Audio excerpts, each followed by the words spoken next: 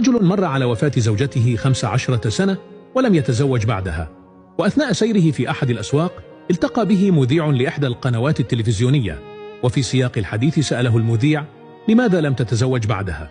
فقال له الرجل: لأنني لم أجد مثلها أبدا. فرد المذيع مستغربا: أيعقل بعد كل هذه السنين لم تجد مثلها؟ فقال له الرجل: حسنا، سأخبرك موقفا واحدا من مواقف زوجتي. فقال له: ذات يوم تشاجرت مع زوجتي، فقلت لها في حالة غضب: اذهبي إلى بيت أهلك، فلا أريد أن أرى وجهك أمامي. فذهبت زوجتي إلى بيت أهلها، وبعد أسبوع اشتقت لها فذهبت إليها لأعيدها، وحين طرقت الباب فتحت لي زوجتي وعانقتني بلهفة، ثم همست بأذني وقالت: لا تخبر أهلي بشيء عن ما حصل بيننا، فقد أخبرتهم أنك مسافر، وأنا أتيت إليهم زيارة حتى تعود من سفرك.